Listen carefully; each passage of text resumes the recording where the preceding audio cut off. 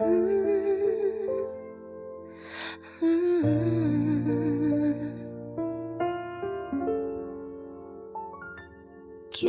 ko ang sarili sa tunog ng alarm. Mas madali ang mapagod kaysa harapin ang laman ng damdamin. Checklist sa bawat araw para di mag-isip. Sa dami ng ginagawa, makalimutan ko lang kung paano umibig.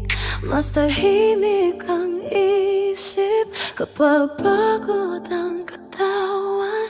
Mas ligtas ang maging abala kaysa umasa na naman. Busy ako palagi para di na makaramdam sa oras na tumitigil, baka puso ang magdano pa. Busy ako palagi para di na magmahal.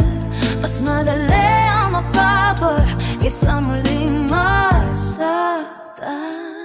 May mga gabing tahimik kahit puno ang oras. Sa gitna ng mga deadline, may bigat na hindi matagasan. Hindi hinahanap ang pahinga, hindi rin hinahabol ang saya. Sa bilis ng bawat araw, natuto akong umiwas sa lahat. Hindi ko sinasabing ayos lang, masabi ko lang na kinakaya.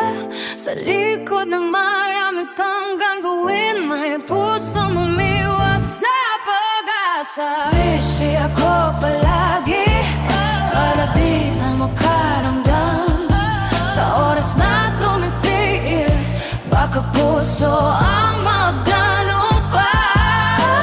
Busy ako palagi para di na magsahal. Mas madali ang mapagod kaysa muling masaktan.